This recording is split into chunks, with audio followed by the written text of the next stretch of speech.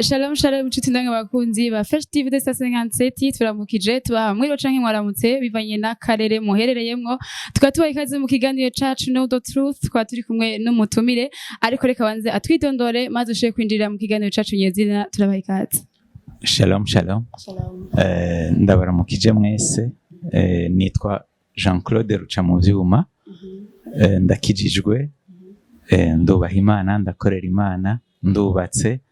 mfise umugore umwe n'abana babiri. Murakoze cyane turabaha ikaze muri studio za Fresh TV. Murakoze cyane. Ego tukaba duse icigwa canke studio canke teme ivuga ku kijanye na choix du conjoint amahitamwo y'uwo mushobora kuzokubakana reka kandi twagize n'Imana asanzwe yubatse ngira ngo aza kutubwira vyinshi tuvuze mbega choix du conjoint tuvuze canke se amahitamo umuntu ahitamwo gute ahitamwo ryari? Umuntu ahitamwo uwo bazokubakana nuko abamaze kumva ko ashaka kubaka kandi kugira ngo umuntu ahitemwo uwo bazokubakana nuko abanza kugira image ya mariage kuko ntushobora kuja guhitamwo ikintu udafise ico ugomba kuzogikoza nk'ubu ntushobora kuja guhitamwo impuzu uzokwambara utazi umunsi mukuru uriko urayitegurira uzuti nzoja mu munsi mukuru ndakubwira nti ari umunsi mukuru munaka ucumbaza uwo munsi mukuru umeze gute harimwo umeze kunuko ndakubwira ucumenye harimwo tenue imeze kunuko kacura muri garde-robe ya est-ce que ndayifise nimba atayifise ukaja kuyirondera couleur du jour ukamenya ati couleur du jour ni inzo donc ni imyiteguro y'uwo munsi mukuru itangura hakiri kare na choix du conjoint ubanza kumenya le mariage icarico kugira ngo umenye uko uhitamwo uno munsi kuko no kumenya mariage ico bisigura menye amasahabi atatu bazogenda duhezagire tugende muri reception dahama dutahe twifotoze then mariage iraheze aho niho benshi bakunze kwihendera mariage sujya munsi bijya ni cérémonie du mariage le mariage ni bujya buzima mutanguye kuvujya munsi utanguwe na ceremony ubwo buzima bundi bwose mugiye kuzobana ibihe byose gushika mutandukanwa n'urupfu ubwo buzima rero bwa misi yose jour et nuit mubanye akaramata mubaye umwe c'est ça le mariage. Donc rero ugiye dushikire muri ubwo buzima tuje kuba mu mariage niko muje kubivuga yashwa canke yamahitamo ndahitamo nisunze iki ndahitamo gute? Mvuze gatoyi kuri mariage ubanza kumenya yuko le mariage c'est une institution de Dieu ni si umwana w'umuntu kuko Imana niyo yatanguje mariage muri Eden Adam na Eva abo rero irafise iyo institution irafise des lois amategeko ngenderwako yo muri iyo institution aho rero no kubanza kumenya ati muri iyo institution hari amategeko yahe harimo urabibonera nko muri Ephesiens 5:22 kumanuka araho bavuga ngo umugabo akunda umugore wiwe nkuko Kristo yakunze ishengero gushika naho agigura ukaraba uti jewe nk'umugabo ndashobora gukunda umugore gushika naho no mwigura kumwe Kristo yakunda à l'image du Christ ndabishoboye ukabanza ukaraba uti none umugore nawe ati utegezwa kubaha umugabo la soumission ku mugabo wawe akaraba ndabishoboye hanyuma rero muri choix umaze kumuti hariho des lois ntegerezwa kuzokubahiriza muri iyo mariage mu rero kubera hariho reka ndabe uwo nzohitamo ko mari institution de Dieu ikintu cambere mbanza kuraba les valeurs z'uwo muntu est-ce que azoshobora kurepondre kuri ya maloi tugiye kwinjiramo ya mabwirizwa ngenderwa ko y'Imana mu rugo uyu azoyashobora niyo ma valeur umuntu asigara araba yisunze ijambo ry'Imana ikintu cambere umuntu araba muri iyo choix du conjoint comme ari institution de Dieu utegerezwa kuba umuntu wubaha Imana utubaha Imana ivya mariage nyene ni ibintu bawipfundikanirije kwawe kuko ntushobora kuza guhitamwo ukwawe hanyuma ngo uze kubwira Imana ngo ingo unyubakire gitangurana n'Imana muri fondation y'urugo itangurira muri choix du conjoint tangurana n'Imana iguhitiremwo hanyuma izikubakire turaho nyene bisigura rero ubu abahungu bose baguma ari Adamu barindiye ati Imana iraza hamize gukuramo Eva mu rubavu atoshe ndamusanga imbere yanje yaramaze kumukuramo asanzwe ahari kugira ndamumenye rero asigaye rero kumumenya kugira ngo umumenye uzomubwirwa n'uwamuremye uzomubwirwa n'uwamushizeho aho rero nukwegera Imana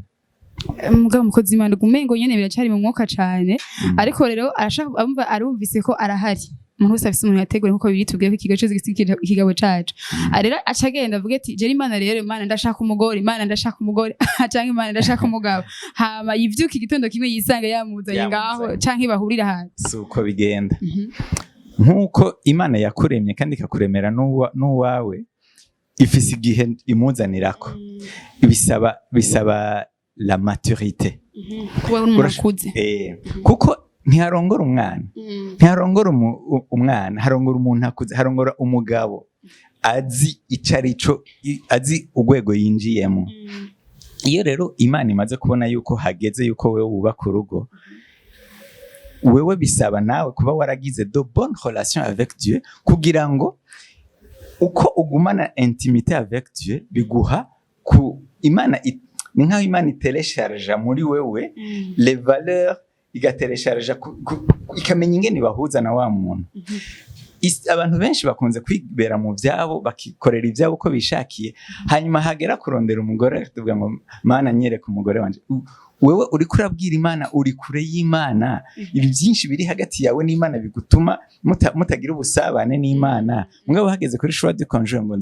nzanira wa mugore hanyuma nawe kubera ko mudafitanye na bwa bucuti n'Imana bigutuma utumva ijwi ry'Imana nubwo aguca imbere araguca imbere akarengana ntubimenye tukiringaho nyene mukozi Imana jambo ry'Imana kandi tuvuge ko Imana yashizeho donc guhitamo iyo duhaye le choix twebwe urashaka guhitamo ikintu kiba ciza kiba kibi consequence ni wowe uza kuzisurvive rero ugasanga nk'umuntu akavuga ati jewe muri choix yanje nkeneye umufasha ameze uko nimba ari umuhungu canke nimba ari umukobwa ameze uko nuko hama un certain moment bagahura akavuga ati wow mwe nasaba Imana rero Mana ngibi ndamurose ni wa wundi hama akamusengera kuko yamaze kumutora kuko twavuye ko tari Imana izango imuzane mutereke ngaho mugabo we arafise choix n'ama caractère yagiye yishirako ivyashaka quelque part hama un certain moment agahura nawe kavuga ati wow Imana iranyishere umuntu wese arafise choix yiwe arafise amaranga mutima les sentiments et les émotions Imana yamuremeye kandi muri we akumva ati jewe nshaka umugore ameze uko nuko wamataye w'inzobe canke yirabura akamudekriva physiquement hari n'abamudekriva moralement spirituellement hanyuma bivanye nguma ngaruka kuri ca kintu c'impuhwe kuko navuze ko le mariage ni y'Imana si ni ugaruka kuri ca kintu none ndarongorwa muri iyo choix ndafitaniye ubucuti n'Imana ku buryo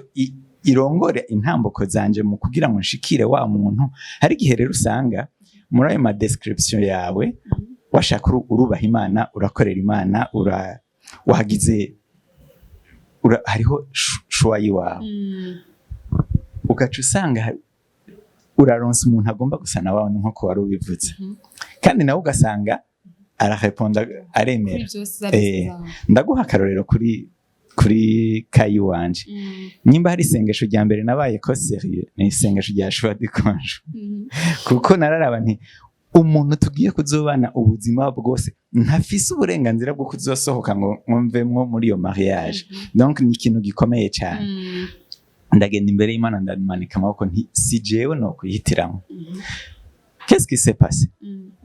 harabaye umuntu areponda kuri bimwe washaka wifuza hanyuma araza turavugana mugabo nkumva Imana yomwemera aho bari haleluya amen sibita binasaba byose rabifise mugabo ndagaruka nti Mana ni wewe wandemeye amasantima n'ama emotion nshobora kuba ntwawe n'amasantima n'ama emotion nubwo jewe numva byo bari sawa okazu atobariwe wanteguriye ndasabye ubinkuremwo kuko urashoboye icabaye niki uwo mukobwa naramubwiye nti nukuri jewe nti nous ne sommes pas engagés muri fiançailles ni ibintu byo gusengera Imana ibishimye okay itabishimye on arrête hanyuma turamara iminsi turamukanya tugenderanira mu nyuma aca wenyine ubwiwe nayo yatanguye kurota ambwira ngo nijoro ngo narose ngo turi muri bus hanyuma ngasanga wicaye imbere yanje nca ndagukora ku rutugu gutya ngo wabonye ko turi muri bisi imwe nca ndahindukira ngo ndamuraba ngo ntanezerewe nca ndahaguruka ndigira nca ndamubwira ngo nihenze bisi iyo ndoto yari isiguritse ariko elle n'a pas compris. Mu nyuma ndasubira ndabwira Imana nti Imana ndashaka ikimenyetso ca kabiri. Haheze iminsi wenyine asubira kurota ngo wowe warambeshe ngo urafise undi mufiance nti nukuri sinoza kubesha ndi imbere y'Imana turiko turabisengera je nta mufiance mfise ngo je ngo nije umuntu ngo narose ngambwira ngo reka nari maze kumuvuga izina ngo rega ngo Claude si umufiance wawe ngo Claude afise umufiance wo mu universitaire ngo si wewe naho nyene elle n'a pas compris ntiyatahuye yaje kubimbwira nk'uko umengo ndiko ndamutrompa ndiko ndamuvanga n'uwundi muntu we ndiko ndashakisha gauche à droite donc mu majambo make urashobora gutangura n'umuntu ubona ahiponda kuri vya bintu hama ugaza kwisanga mu nyuma siwe yego kuko uraba sincere imbere y'Imana ubaye sincere imbere y'Imana irakurongora ntumva ivyo bimenyetso mu nyuma naramubwiye ngo none yanyishu ntumva ko yabonetse ati ni nyabaki wese warose ibi nibi ndamusubira ngo yogo kandi nivyo acarabitahura hanyuma acarambwira ngo iyo aba ari wewe ubabirose ukabimbwira nari kwemera ko ushatse kumpera sinabyemera ngo iyo kandi aba ari uwundi muntu yabivuze yabikoje kubateranya ariko ngo sinumva ingene nabirose sinabitahura yego turikiringaho nyene mukozi mana ubundi femme de destinée canke homme de destinée arabaho tugifatiye muri rusange umuntu akunda kuvuga ngo urumva kugira ngo c'est ma femme de destinée naramusengeye en général mu gihe atari abana birabaho je nibaza ko bivana n'umuntu aba destiné ku muntu mu yindi vugo femme de destinée canke homme de destinée en général ntabaho aba destiné ku muntu bari kumwe bamaze no kuba destiné d'abord kuko urashobora kuba wamuhawe n'Imana washaka wasenze wamuhawe n'Imana abantu benshi barasenga bariko barondera basaba le choix Imana barongore mu guhitamo yiyugaranye ati jewe nshaka Imana indongore ashina 40 akayimara hanyuma ikamurongora hanyuma we yamasengesha yamara kumuronga kandi we avuye ku Mana agahagarika amasengesho ukamenga yagiye muri vacances ukamenga ico yasengera yagihagaritse kumuronka ni départ y'ugusengera ibindi bikurikira no kugira mariage n'abasengera mariage ko babona umengo ni ajya amaseremoni arago yarazimvye arimo ibintu agasengera ivyo byonyene yamara kugira mariage agace yiraramira ni hatanguye ahubwo nibwo buzima bw'urugo yaratanguye kugira ngo asenge cyane kuko ushobora kubura ico Imana yaguhaye kuko wacanjanjwe twiyubare ico Imana iduhaye tukigumana n'agakiza umuntu arashobora kugatakaza mbe ndaretse umufiance agakiza waronse kaguzwa amaraso y'umwana w'Imana nzima atubambiwe ku musaraba ukakaronka hanyuma ukagata aho nyene ngira kumbure mukozi maze igihe abantu bakunda kuvuga ngo bakiza barakavya ugasanga bango je nafashe imisoro 20 ndi konsengera mu fiance ngo hama ndamuronka ngo ariko après exitant ngo turavana kandi yambwiye ko mu femme de destinée yambwiye ko Imana yamuganirije yanavyanditse no muri carnet bifise rero cyo gituma n'abantu banze vuga ati shaka kizo mwe murakavya urazo waravuze ko washinze n'intahe wabisengeye mugabo nimukiri ko umuntu byagenze gute ikibazo ni Imana yakubwiye ikibazo ni wewe bon aho harimo inzira zibiri kirashobora kuba ari ikibazo cawe kuko hari igihe umuntu asenga ariko arasaba umufasha hanyuma akasenga acakiye agasenga avuga ngo Mana jewe nshaka naka kubera yamaranga mutima yiwe agasenga avuga ngo Mana nshaka naka Mana mpanaka Mana hanyuma agateba kumva umengo kubera ko yabisengeye kenshi kera akumva umengo n'Imana yashize ko kashi nkuko umengo ari karo oblige Imana kumuha ico ashaka aho kureka we ngo Imana imuhe ico ishaka iyo niyizi imbere hacu gusumba ko twebwe tuhazi dukwiye kureka rero Imana ikaba ariyo iduhitiramo hari igihe rero muri iyo nzira usanga wewe warishizemo ari ikintu nigeze gusengera nico nyibukije ndagisengera ndagishaka hanyuma hagera igihe numva umengo ni isezerano ry'Imana afise hanyuma hagera hanyuma ku buryo n'ibindi byose nabihagarika no hariho ikintu ndindiriye kubera ko Imana ndayikunda cyane kuko ntigutererana kwa kumira kuri ca kintu n'ibindi byose nkabimeta akote rimwe ndiko Imana irambwira ngo mbega wizeye ijambo ryanje canke wizeye ijambo ryawe ngaruye akenge inyuma nsanga by'ukuri ntaca Imana yabimbwiye ko ariko jewe hari ico nibwiye ndagisengera nongera ndagifata rero ndashobora kuvuga ngo ndiko nsengera naka nkamusengera ko ndamukunda ko ndamwumva mbona ari top mugabo ngasanga nahagaze ku isengesho ry'iwanje gusa sinahagaze ku Imana yambwiye iyo dusenze gusenga ni dialogue avec Dieu